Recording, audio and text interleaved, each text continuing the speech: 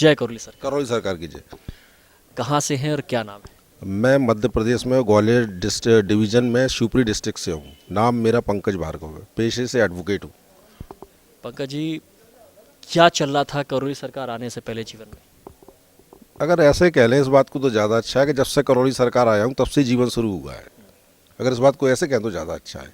जीवन के लगभग 46 वर्ष ऐसे ही निकल गए, पता ही नहीं पड़ा कि मैं कौन हूँ। और मैं हमेशा परेशानियों में जी रहा हूँ। और स्थिति ये है कि मैं नींद की गोली खा के सो रहा हूँ, तब मुझे नींद आ रही है।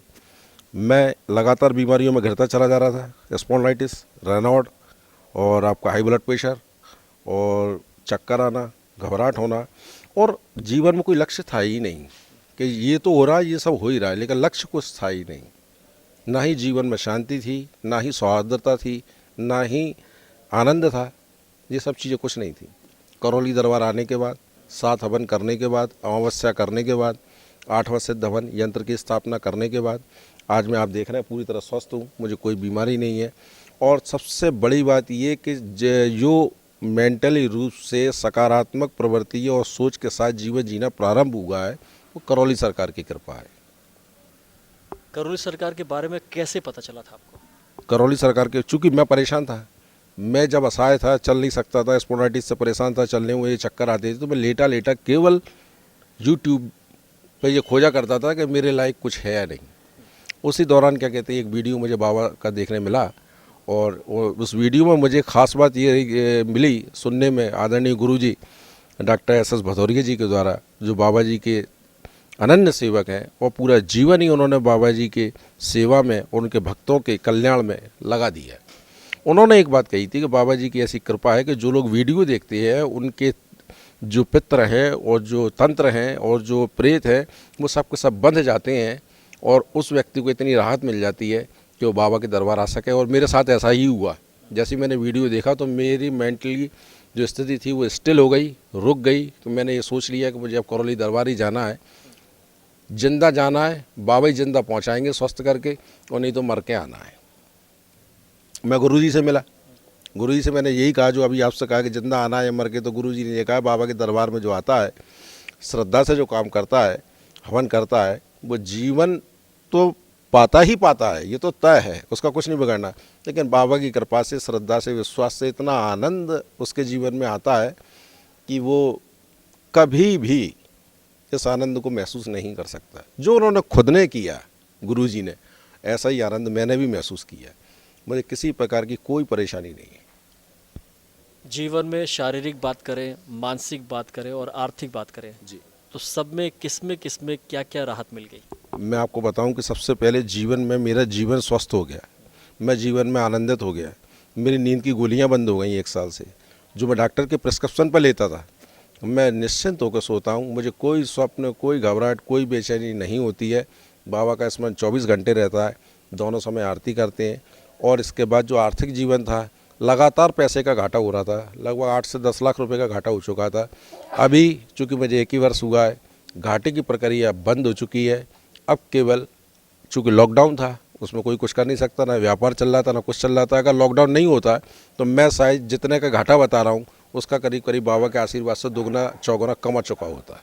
चूँकि लॉकडाउन था, इंडिया ही बंद था, तो मैं क्या कमाता। बाबा का आशीर्वाद आज भी है, मेरा घाटा किसी प्रकार का नहीं हो रहा है, आनंद है। अब मेरे जो इसके बाद आता है व्यापारिक जीवन, वो शुरू हुआ है। चूँकि लॉकडाउन की वजह से रुका हुआ था, अब बाबा के आशीर्वाद से सफलता मिलेगा, ये मुझे मालूम है, 100% मिलेगा। जीवन में और कितने सदस्य हैं? इसके बाद मेरा सामाजिक जीवन, जो कि पूरी तरह इन पितरों के निदान न होने की स्थिति में, भूत प्रेतों के निदान न होने की स्थिति में, नकारात्मक एनर्जी आने की स्थिति में, मैं अपने पिता की इकलौती संतान हूँ। मेरी शादी भी नहीं हो पाई थी, लेकिन जब मैंने 7 हवन किए, अमावस्या की, 8वां सिद्ध हवन यंत्र की स्थापना की, तो मेरी शादी तय हुई बाबा के आशीर्वाद से। और इसी लॉकडाउन में 2020 में शादी हुई।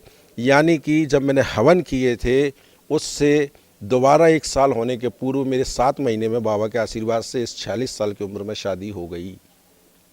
मेरा सामाजिक और पारिवारिक जीवन प्रारंभ बाबा की वजह से हुआ है, ये जो आशीर्वाद से। उपहार है ये भी गुरुदेव की तरफ से आपको मिला? अरे गुरुदेव की तरफ से मुझे मिला इस उपहार को तो मैं समझ ही रहा हूँ, लेकिन जो लोग मुझे जानने वाले हैं, पहचानने वाले हैं, मेरे साथ रहने वाले हैं, उनके लिए तो ये आश्चर्यचकित घटना है श्रीमान क्या क्या लगता है उनको, क्या लगता है ये चमत्कार नहीं हो सकता था? नहीं, वो तो ये कह रहे थे कि जो हुआ क्या है, आज तक वही नहीं पहुंच पा रहे।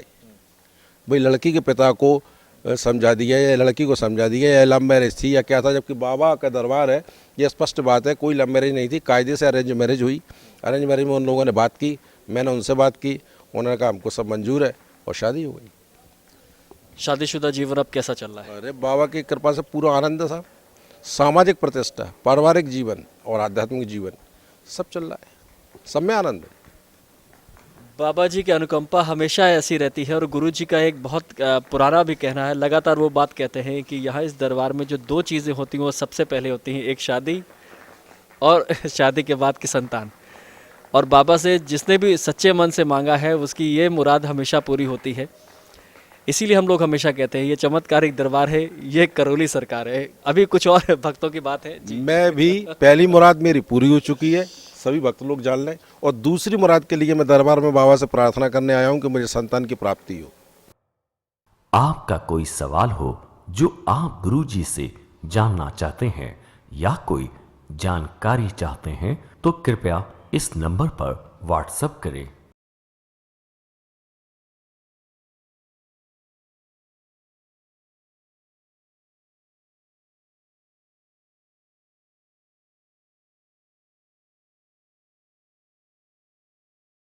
NWU24 यूट्यूब चैनल को देखें और सब्सक्राइब करें जिससे आप तक सभी वीडियो और जानकारी पहुंच सके। सभी बाधाओं का होगा अंत, नमन व हवन विधि से दूर होंगे सारे कष्ट। देखिए करौली सरकार पूर्वज मुक्तिधाम कानपुर का विशेष प्रसारण प्रतिदिन प्रातः 9:50 से एवं सायं 7:20 पर केवल दिशा टीवी पर। दिशा टीवी को अपने मोबाइल पर देखने के लिए गूगल प्ले स्टोर से दिशा टीवी ऐप को आज ही डाउनलोड